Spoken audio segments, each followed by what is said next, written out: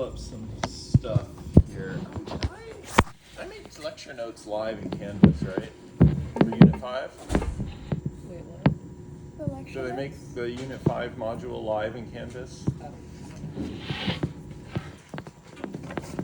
Clearly you guys have looked and paid attention, as much as I have. Yeah. They have, right? Okay, all right. All right, cool. Last time I asked you guys for information.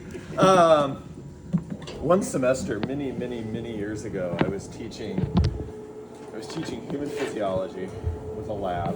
I was teaching human A&P without a lab, which is, I guess, basically Bio 45 here at RCC, if anybody's taken that. And then I was also teaching a zoology class, which the second half of is basically animal physiology. So I was essentially teaching 3 similar but different human physio classes at the same time. And I was to the point by the end of the semester where I literally couldn't remember what I had told any one class. So I had to come into every class and say, what did we talk about last time? Because I need to know where to start today. And it was kind of terrible. So anyway, let's go ahead and take a look at what we have here. So a couple of quick announcements before we do get started. Lab exams are graded. I will get the scores in Canvas today when you guys are in lab. And I should be able to hand them back today. I don't think I have any makeups to give. I'll double check and make sure. If I have makeups to give, I'll wait to hand them back, but I can still put scores in Canvas. So anyway, so we'll do that. Lecture exams are pending. I've got, yesterday I was busy and I didn't quite get to them, but they shouldn't take me too long once I sit down and grade them. So I'll get lecture exams done soon as well. So how do we feel about this exam? Okay. All right. Okay. Well, the good news is, you guys have we have 5 classes left. I have good news or bad news, depending on how you look at it. Good news is 5 classes left. Yay, we're almost done. Bad news is 5 classes left. We don't get to spend our Wednesday and Friday mornings together anymore. And honestly, there's like no group of people that I'd rather spend my Wednesday and Friday mornings with than you guys. So I'm going to be kind of sad when the semester ends. I'll get over it, but I'll be kind of sad when the semester ends. And I'm sure that you guys will as well. So it's coming down to the wire. Obviously, I'm not counting finals week in that, but as far as regular class meetings go, counting today, there's only five class meetings left. So it's going to go really quick. I know it's probably felt like an eternity since we started our time together, but it's going to go really quick. This last unit covers the digestive system and the reproductive system. We're going to spend probably today and I'd imagine next week on the digestive system. We might start the reproductive system towards the end of the week next week, but we'll definitely spend some time on the digestive system for the majority of it. I'll talk about this a little bit more in lab, but there is a pretty significant amount of histology in this unit, quite a bit of microscope work, especially on the digestive system. We're talking about a fairly large group of organs, and as a result, there's a lot of different places to look as we start to go through it. So there's quite a bit to look at. We definitely are going to want to slow down and take our time, and if we didn't go out with a lot of histology, what would we even be doing with our time, right? So we need to make sure that you guys get the most out of your investment in your tuition this semester by doing a lot of histology. So I just want to make sure you guys get your money's worth. That's really what it comes down to. Not funny. All right. Come on, I'm trying. All right. Well, I'll try not to make any jokes then, and just get on with it. So let's go ahead and let's talk about the digestive system. So the digestive system and I probably already said this at some point this semester, but is an organ system where, like, we could really spend the whole semester talking about the digestive system. We're going to talk about some of its basic functions and very basically what it does, but the digestive system is actually really impressive in terms of cell-to-cell communication and different parts of the digestive system actually talking to each other and things like that. It's a really, really impressive organ system. One of the things that we're going to see as we kind of go through the digestive system is that up until this point, you started this in 50A, and we've been kind of saying it, especially at the beginning of this class, your integrating center is the central nervous system, right? That's what we've taught you guys and stuff like that. The digestive system is interesting because it actually doesn't need the central nervous system. It can act as its own integrating center. And in a lot of ways, it almost has its own built-in nervous system. So it's a really cool organ system in that regard. You don't really ever need to think about it. It just does what it does. There probably are 3 times that you think about the digestive system doing its job. When you're full, when you're hungry, and when you need to go to the bathroom. And that's probably about it. The rest of the time, it just does its thing, and these cells talk to each other, and we don't really need to think about it. But it's a super, super impressive organ system. If you ever have the chance to study it more, I really, really recommend it. With the time that we have, we're only going to be kind of scratching the surface, but there's definitely a lot here to sort of see. Okay. So what are the functions of the digestive system? And it turns out that there are 4 main functions. If I had thought about it, I would have asked you what you thought the function of the digestive system was before I put this slide up. And I'd imagine most of you would have said digestion, right? That's the low-hanging fruit. That's the obvious answer. That's the one that I definitely would have chose. And that indeed, digestion is one of the primary jobs. So what is digestion, right? What are we doing when we digest food? Well, what you're doing is you're breaking your food down into its component macromolecules. All right, so.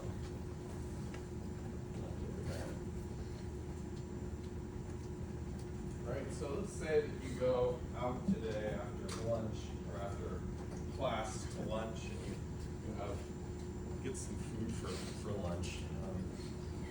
Say you get a hamburger or something like that.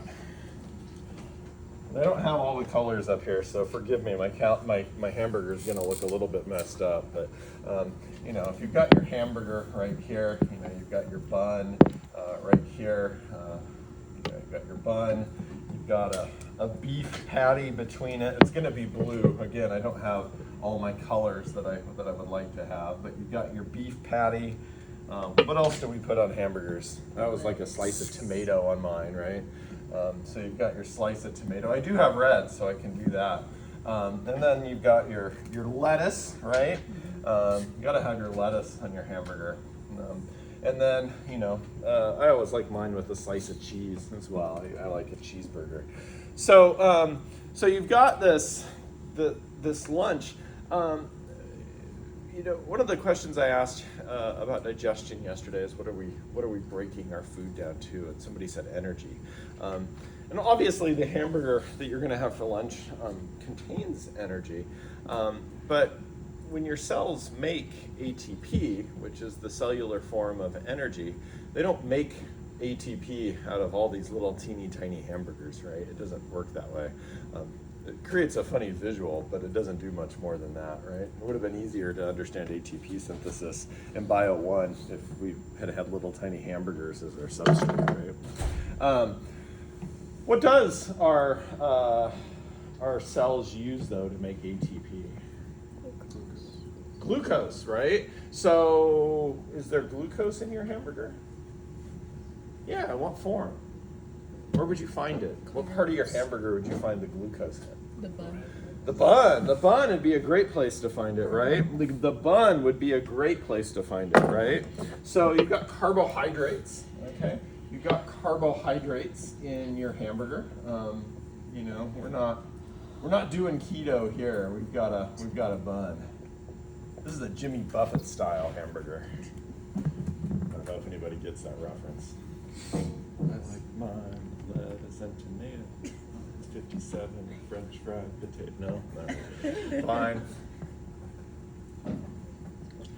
All right. So anyway, so carbohydrates. You got your carbohydrates. What are the building blocks of carbohydrates? Glucose is an example of one, but generally, glucose is an example of what? A what? Yeah. Specifically, though, in terms of carbohydrates, glucose is an example of what? A monosaccharide, right? So our big complex carbohydrates have to be broken down into monosaccharides, right? Oh no, I'm gonna run out of room, right? They have to be broken down into monosaccharides, right? We'll talk a little bit more about our important dietary monosaccharides as we get through some of these lectures. But glucose is a really, really good example of it. And definitely, I mean, that's what we're looking at when we look at your bun, is there's definitely glucose in there. There's a couple of other things as well, but that's kind of one of the major things that we're looking at, right? Where else do we find carbohydrates in your hamburger? Anywhere? In the lettuce and tomato, right? The lettuce and tomato are going to have carbohydrates as well, right? All right, so we've got those, all right? What else do we have in our hamburger? What's your meat? It's going to have protein in it, right? So digestion of proteins, right? Digestion of proteins. What are the building blocks of proteins? Amino acids, right? Amino acids. Okay, amino acids are the building blocks of proteins, right? So we're going to have to break those down into amino acids. Okay, and then finally, what else do we have in our hamburger? What's the other big thing that we find here? Cheese.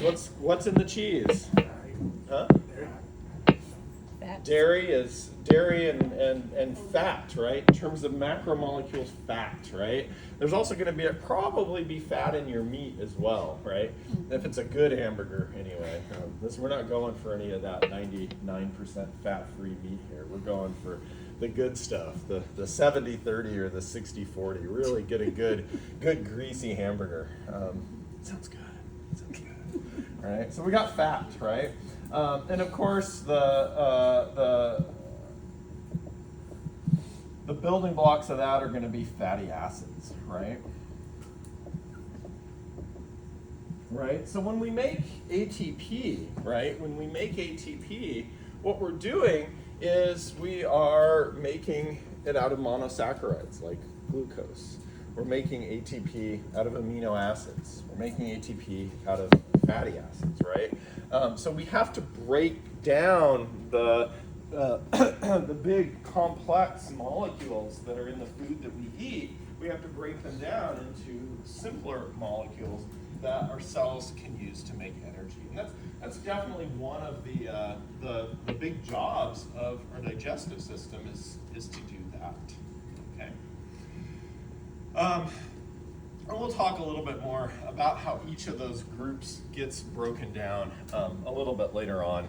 We may not get to it until next week, but we'll definitely get there. As far as our big groups of macromolecules go, what are we missing from this list? We've got our carbohydrates, we've got our proteins, we've got our lipid. What are we missing? What's our fourth big group of macromolecules? Nucleic acids. Nucleic acids, right? And the nucleic acids in the food that you eat? For sure, right? I mean, the plants, right? The lettuce and tomato, you're eating plant cells, and there's definitely DNA in the nuclei of those plant cells, right? There's definitely DNA, there's definitely nucleic acids in your hamburger patty, right? So it's definitely there, but in terms of, you do break them down, but in terms of like caloric density, nucleic acids don't really give us a whole lot, right? There's not a lot of calories there. So in terms of energy and use, we don't really talk about them as much when we talk about the digestive system. And then of course, what else do we have in the food that we eat? These aren't the only things. Our big macromolecules are only part of the story. What else are you getting in your diet? Minerals are a great thing, right? You're getting calcium and dairy, you're getting magnesium and things like that, and meat. What else are you getting? Minerals are a good one. What else do we get? Vitamins. Vitamins, yeah, right? There's all sorts of vitamins in the food that you eat as well, right? So we'll talk a little bit about those as we sort of get to some things as well, all right? Hamburgers are always a good example. They have a little bit of everything in them. And plus, I think people generally like them, so it's a good thing. Yeah. But we shouldn't be talking about food at 8 o'clock in the morning, right? It's a long time till lunch. All right, let's go ahead and move on.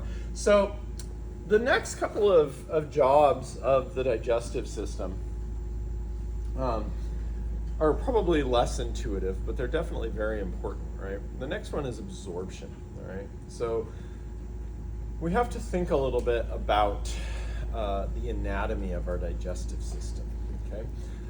We're going to talk extensively, of course, about it in lab today, but generally speaking, your digestion takes place in your GI tract, your gastrointestinal tract, all right?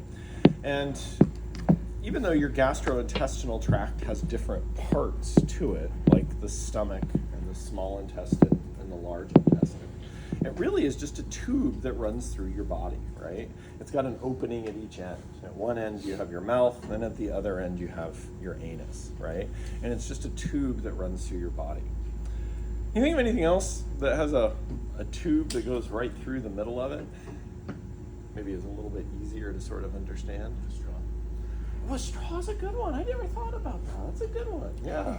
I was thinking about something even shorter, like a donut or a bagel. But I like a straw. I never really thought about that. But let's think about, yeah, I like that. I'm going to have to use that analogy from now on. But a donut or a bagel, right?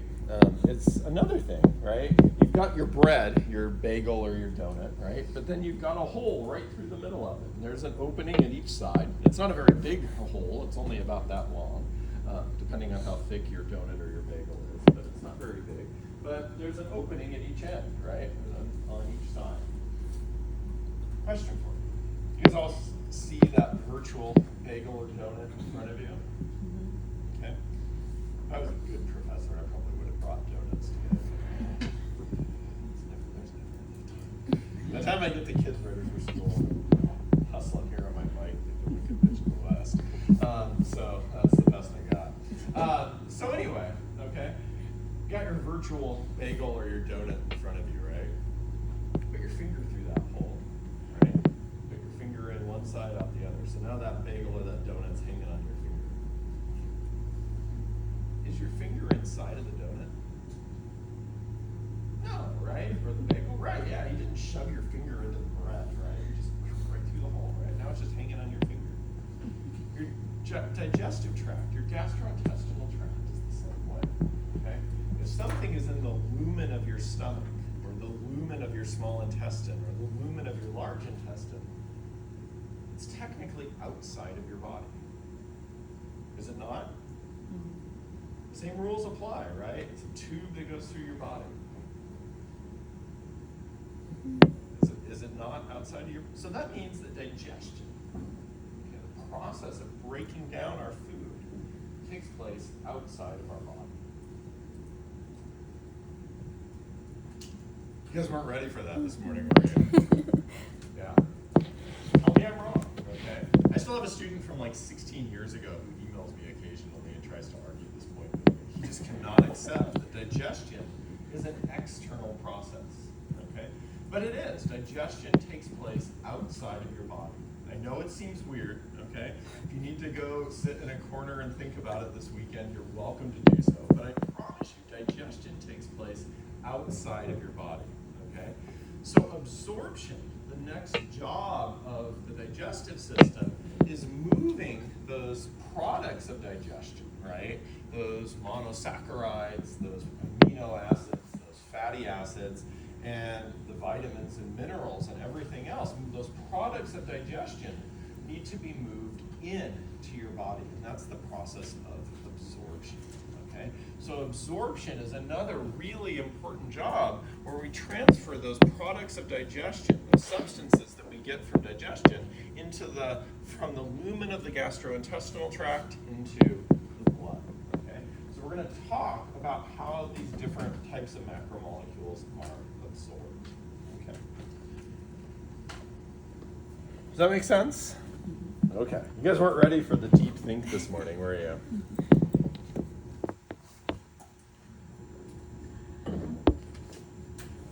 All right. Digestion happens outside of the body. It's an external process. All right. Okay. In order, I guess I technically have these out of order in the way that I want to talk about them today. The vibe is different this morning. In order to break these things down, though, right? In order to break down your hamburger bun, or the hamburger patty, or the bun, or I'm sorry, the lettuce or the tomato or the cheese, right? You're going to have to break chemical bonds, okay? The starch, the glucose molecules that make up the starch that the bread is made out of, those don't just fall apart, right? They have to be broken. Those are chemical bonds that have to be broken. What do we use to break chemical bonds? Oh, enzymes. Yeah, we need enzymes to break chemical bonds, right? Again, they don't just fall apart on their own. We need enzymes to break chemical bonds. So in order for digestion to occur, you have to secrete a whole bunch of stuff into the lumen of your gastrointestinal tract so that you can break down your food, right? One of the secretions is pretty obvious to us because secretion happens pretty much immediately in our GI tract. What gets secreted here in our mouth? Saliva, yeah, you're always making and secreting saliva, right? We'll talk about the functions of saliva as we sort of get into this, but it's a really good example. Do you guys know that you make about this much saliva every single day? A little bit over 1 liter of saliva a day, okay? You make a lot of it. You obviously swallow it either with or without food, but you swallow that saliva, okay? But what else do we make? What else do we secrete into the lumen of our GI tract? What do you know? We've been studying this stuff since the 4th grade, right? So what do you know about the inside of your stomach? What's the environment like inside of your stomach? Like super acidic, right? The hydrochloric acid that's secreted into the lumen of your stomach drops the pH as low as 1. I mean, we're talking about like a caustic environment here, right? It would strip the paint off of your car if you let it. Super, super toxic. You make about 1 liter of hydrochloric acid every single day as well, okay? And there's a whole bunch of other things that are secreted, okay? You have to secrete stuff to neutralize that stomach acid and so on and so forth, right? So we're secreting a ton of enzymes and other chemicals into the lumen of our digestive tract. We're secreting those things outside of our body, right? In order to digest our food, okay? If we add in the water that you're drinking and the water that you get from the food that you eat every single day, you have about 9 liters of fluid every day entering your lumen of your digestive tract. Do you lose 9 liters of water in your feces every day? Say no. Like, you definitely do not. You don't even on like your worst day, you don't even come close to that, right? That would be memorable, and it would kill you, okay? You don't have 9 liters of fluid in your entire body. So not only would it be memorable, you would shrivel up and you would literally die. You can't afford to lose anywhere near that. Like I said, even on your worst day, you can't afford to lose anything near that, right? So in addition to absorbing nutrients and things like that, you also have to absorb a ton of water in your digestive tract, right? Because you're secreting so much. You have to absorb that same amount back in because in your feces on any given day, you only typically lose about 100 milliliters of water, right? There needs to be a little bit of water in your feces in order to lubricate it to get out of the body, right? I think we all probably know if you hold it in too long and you absorb too much water, it gets really hard to pass.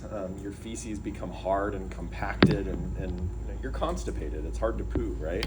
But if you let it go at the right time, there's just enough water in there that it just boop, slides right out. And that's what you want, okay? It's week 13. We're talking about poo, okay? We all do it. My kids have a book that tell me that, right? Everybody poops. So we're just going to talk about it and normalize poo.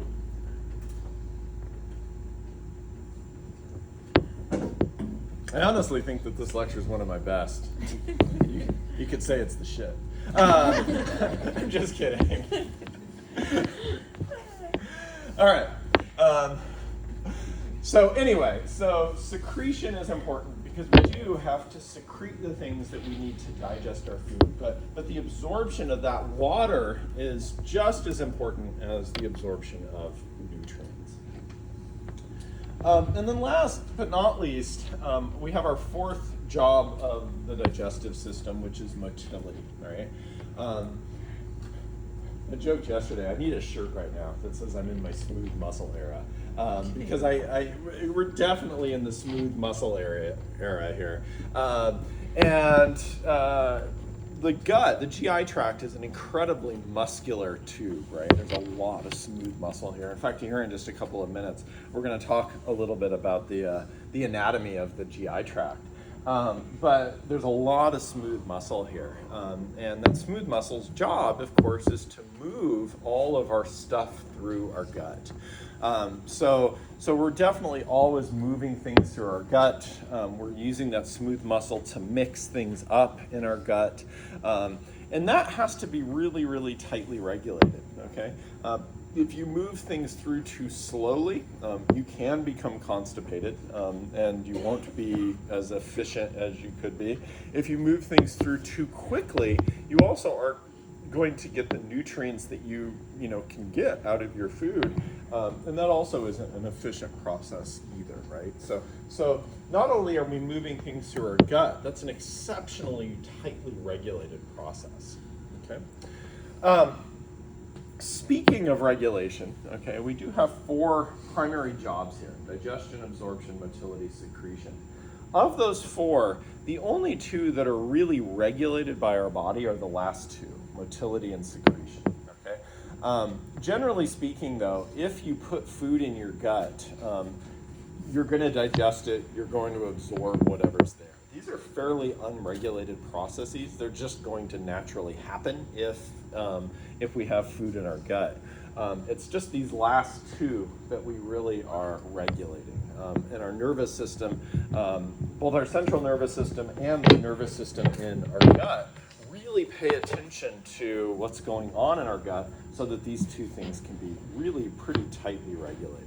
And there's all sorts of chemical signals and things like that that are going to help us to regulate those things. Okay. All right. Any questions so far? A little bit of an introduction to what the digestive system does.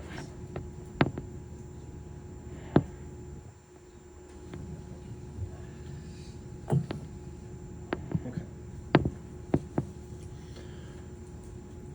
So, as with many things in this class, the digestive system relies a lot on diffusion. Okay.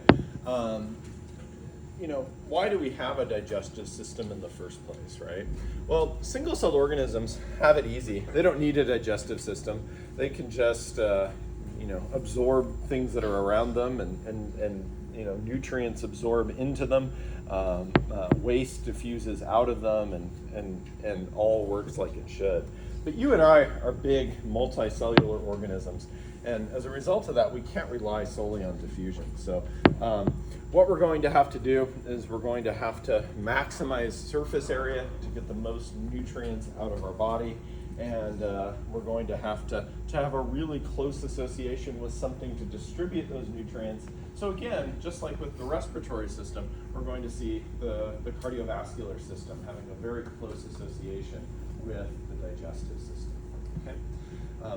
If I was able to blow your mind with the lungs and the surface area of alveoli in the lungs, just wait, because I'm going to blow your mind a bit more when we start to talk surface area of your digestive system. It's massive, okay? But it has to be in order to not only digest our meals, but also to absorb the nutrients out of it. So the common theme, hopefully that's emerging in the second half of the class, is that we're really maximizing surface area with our blood vessels, with our respiratory system, and now we see with our digestive system, or we're going to see with our digestive system, that we're really maximizing surface area. Okay. So let's talk a little bit about the 4 layers of the digestive system wall. I think to do this, I'm just going to go ahead and put the screen up and we can draw on the board. I'll have my notes in front of me. Of course, you have my notes in front of you as well. But let's go ahead and maybe draw this as we sort of go here. So I'm going to screen control up. I'm going to turn on the lights. Look at that. I can do it all from this little thing right here. All right, and then we can mute our image so that it kind of goes away. All right, cool. So let's talk a little bit about the wall of the GI tract. Okay. Actually, before we do that, the digestive system from an anatomical point of view is divided into 2 primary sections, or primary things, I guess I should say. There's the GI tract, which is the tube that starts with your mouth and ends with your anus. And then there's the all of the accessory organs that help things digest. The liver is a really, really good example of one of these accessory organs. The pancreas is another one, okay? I'm gonna focus primarily on the GI tract first, and then we'll talk about the accessory organs second. But just so you know, there's kind of 2 divisions of digestive anatomy. But as far as the GI tract goes, right? So the gastrointestinal tract, right, or the GI tract. We're going to go ahead and look at the anatomy of it. It is a tube, okay? It is a tube. And we've not the first tube that we've looked at in this class this semester. Over the last few weeks, we've had the opportunity to look at several tubes. And we said that every tube in your body has the same basic anatomy. What are the 3 basic layers that we find in every single tube in your body? Mucosa. So we've got a mucosa. We've got an inner layer of epithelial cells that we often call the mucosa. All right. What else? What's the middle layer? Is it The epithelial cells have to rest on a basement membrane, yeah, but that's generally part of the mucosa, okay? But good, yeah, so we've got to have the thin layer of connective tissue there. What do we have next? What's our big middle layer? cartilaginous? What? Is it the cartilaginous, or do you mean the submucosa? I'm talking about in every tube in our body, this is a layer that we find, and it's usually in the middle somewhere. I'm in my smooth muscle era, right? Yeah, right, I'm in my smooth muscle era. So it's the smooth muscle, okay? And then what's our outermost layer of every tube in our body? Adventitia. Yeah, it's what we called it for blood vessels, Okay. but generally speaking, what is it? Connective tissue, Okay. right? It's connective tissue, right? So epithelial cells, epithelial inner layer, okay? Middle muscular layer, and outer connective tissue layer, right? So the gastrointestinal tract is really not a whole lot different than the anatomy of a blood vessel, the anatomy of your respiratory tract, the anatomy of your urinary tract, right? But we're going to add a 4th layer in there because it is a fairly complex sort of a thing, and it's pretty thick as well. So we are going to add a 4th layer in there. So let's go ahead and start with the innermost layer, which is the mucosa. Okay? Let's go ahead and start with the mucosa. So the first layer is the mucosa. All right. Just nailed that, right? So we've got our epithelial cells. And we've got our epithelial cells.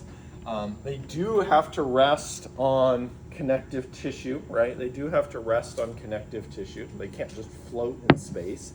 So there is a thin layer of connective tissue that we call the lamina propria. That's what we call the basement membrane in the digestive tract. It's called the lamina propria.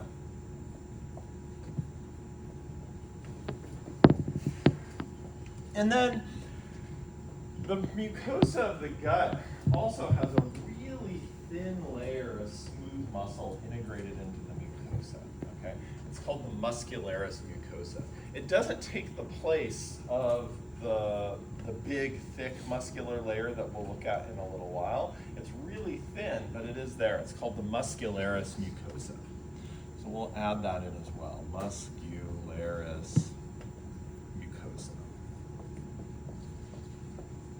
Okay. So we've got three primary things that we're going to find in the mucosa. Let's go ahead and start to draw that out a little bit. You know, in the gut, we're definitely going to be talking about thicker epithelial cells, right? We're not looking at squamous epithelium here.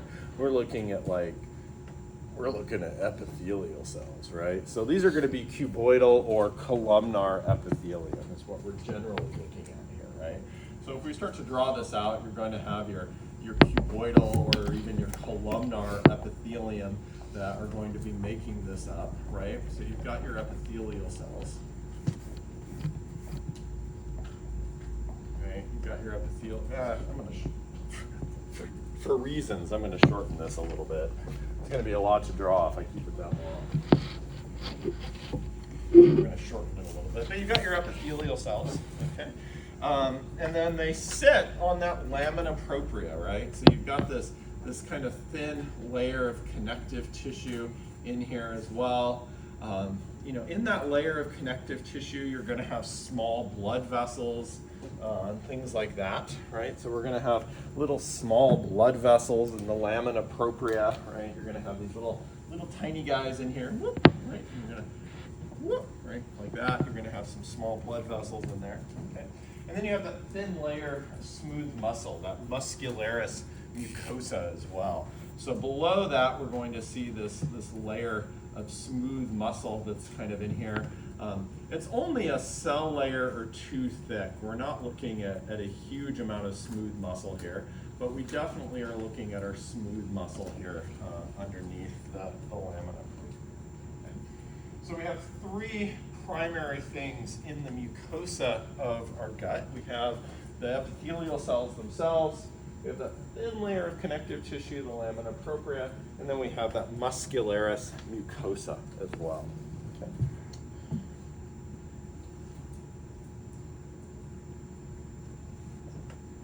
Okay.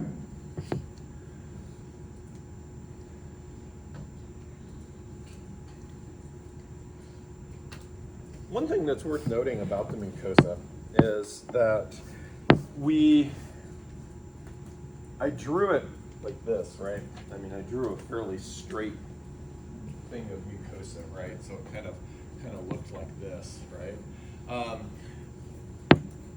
There's not really a whole lot of places in your digestive tract where the wall is nice and straight like that. It typically is folded pretty heavily, okay? So instead of this, right? Instead of a nice straight epithelium, okay? I've taken all of that and I've condensed it into one line, right? Instead of something like this, what we typically see is that the epithelium or that mucosa is going to be fairly heavily folded, okay? It's actually folded on multiple levels. We'll take a closer look at that today in lab, but it actually does tend to be folded, kind of like we see right here like this.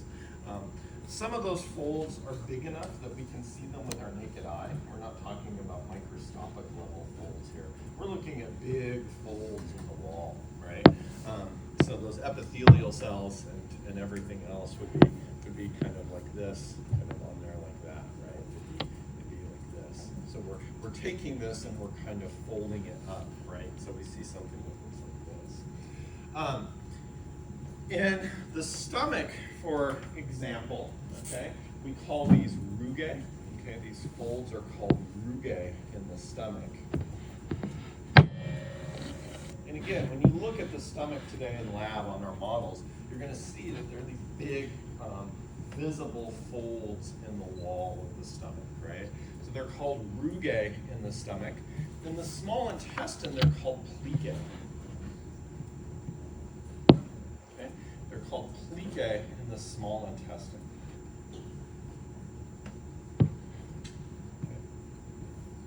And again, those are visible. They're very easy to see with the naked eye. We don't need a microscope for it or anything like that. But what we're doing is we're starting to fold that mucous membrane up on itself. The mucous membrane actually folds even more, and we'll take a little bit of a closer look at that today in lab. But this is just the beginning of the folding that starts to occur, and it's a really important process. Okay. So we'll expand on that concept a little bit today in lab as we kind of start to go through some of this stuff. And I actually have models that I can show you in the lab and stuff like that. It makes life a little bit easier. Okay. One of the things that is worth noting about the mucosa is that it is made primarily of epithelial cells, right? If you guys remember from probably Bio 1, I don't remember if we did it in 50A, I feel like we did though, where you dig your little toothpick and you scrape some epithelial cells off the inside of your cheek and you make a microscope slide out of those, right? I think we've all done that at some point, regardless of the class, right? One of the things that you probably notice about that is to get those epithelial cells out of the inside of your cheek, you don't have to scrape it very hard, right? You can just really touch the inside of your cheek with the toothpick and you're gonna get cells, right? Epithelial cells are made just to kind of fall off. You don't have to like gouge the inside of your cheek to get those or anything like that.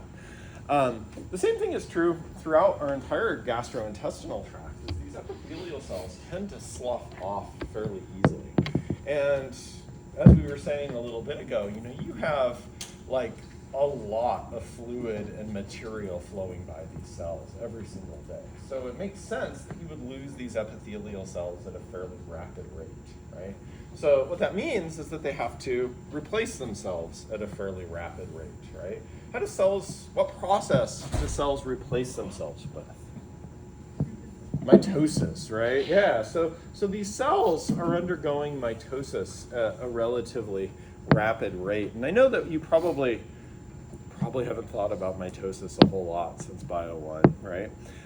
But mitosis, the cell cycle, before you can undergo mitosis, what does the cell have to do? There's one important thing that it has to do before you can go from one cell to two cells. Doesn't it enlarge a little bit? It enlarges. But before that even, what's it gotta do? What do you have to have in your cell? Like, the whole point here is to make two cells that are identical to each other. The DNA or the chromosomes? DNA? What does it have to do? The DNA has to, and it has to, that's all right, you're almost there. The DNA has to unravel and it has to, what do we have to do to that DNA?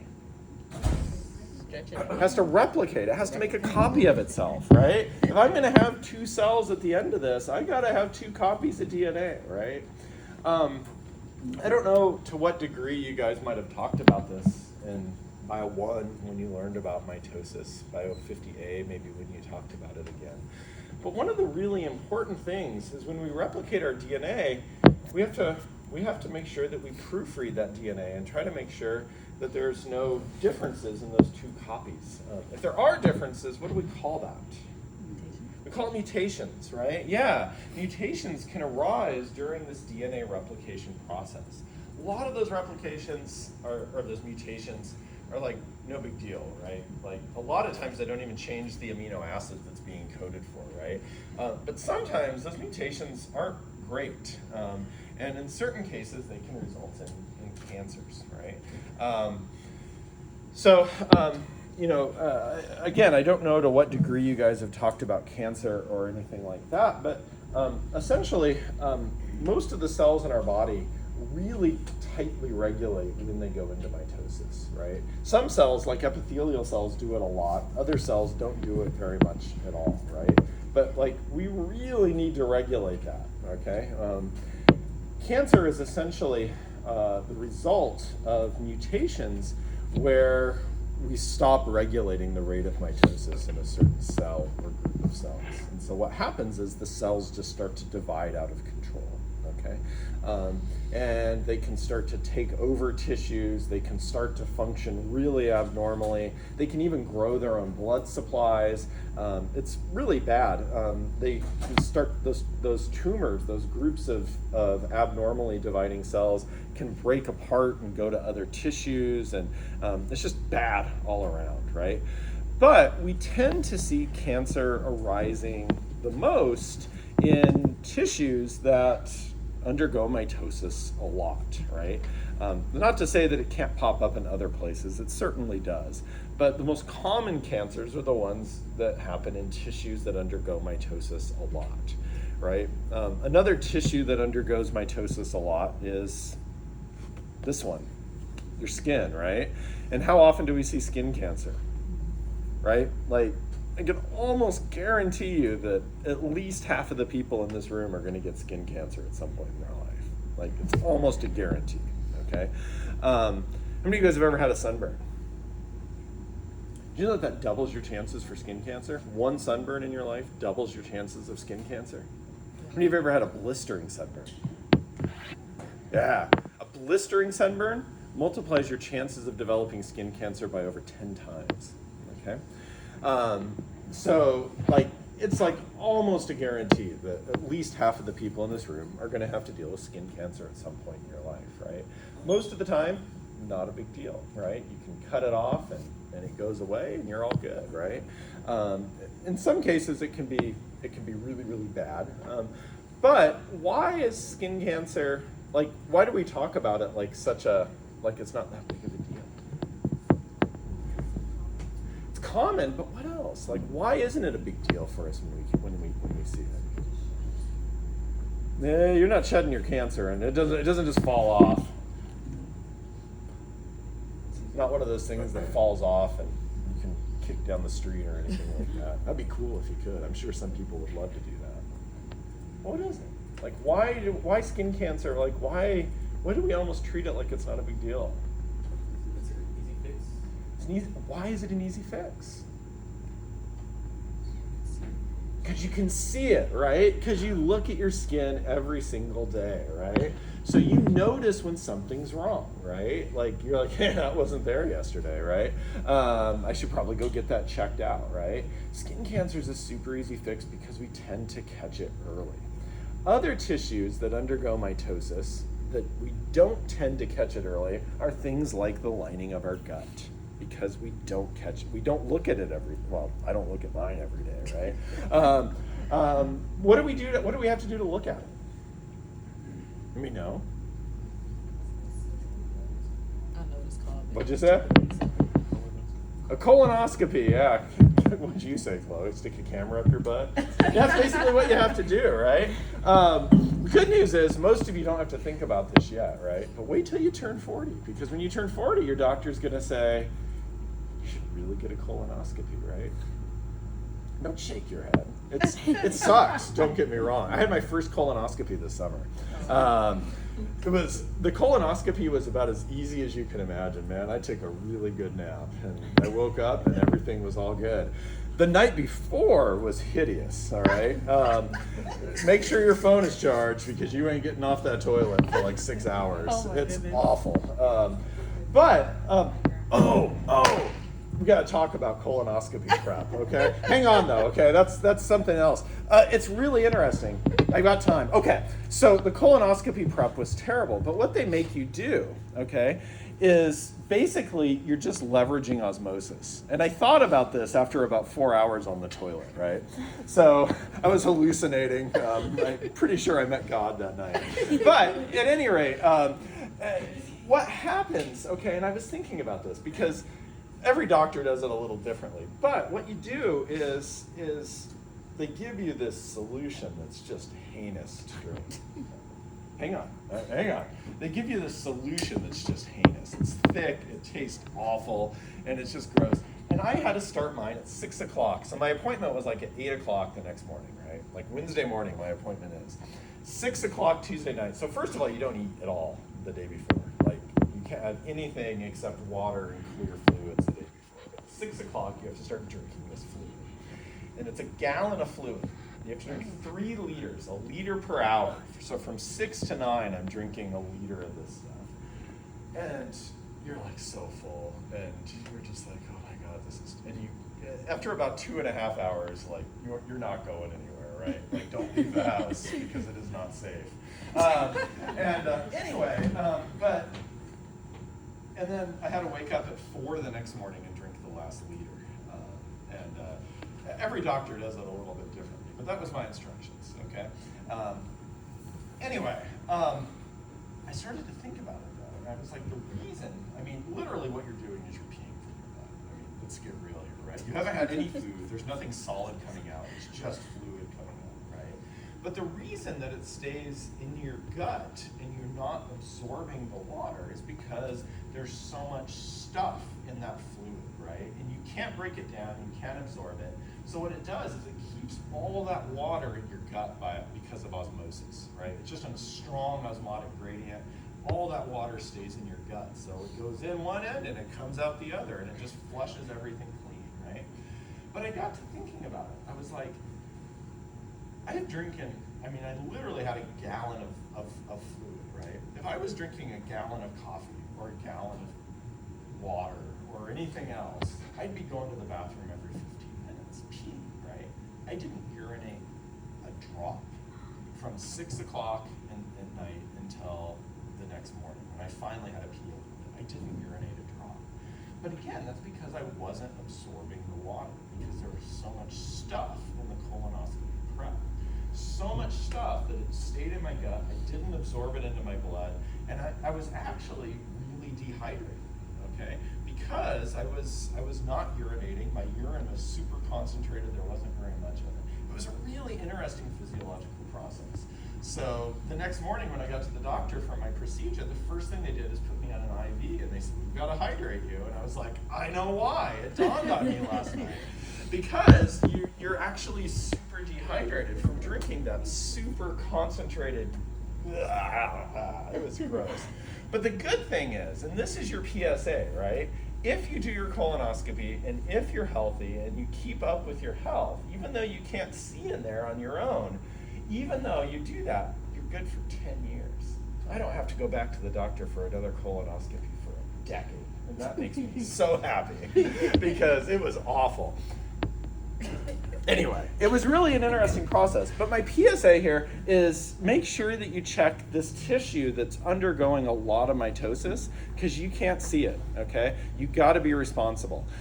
Gastrointestinal cancers, like colorectal cancer, is the 3rd deadliest cancer in the United States. Not because it's that bad, it's because people don't get their guts checked. They don't get them looked at. Things get out of control and it kills you, okay? So make sure that you get those done. When I called to schedule my colonoscopy, the nurse asked if I had a specific doctor I wanted.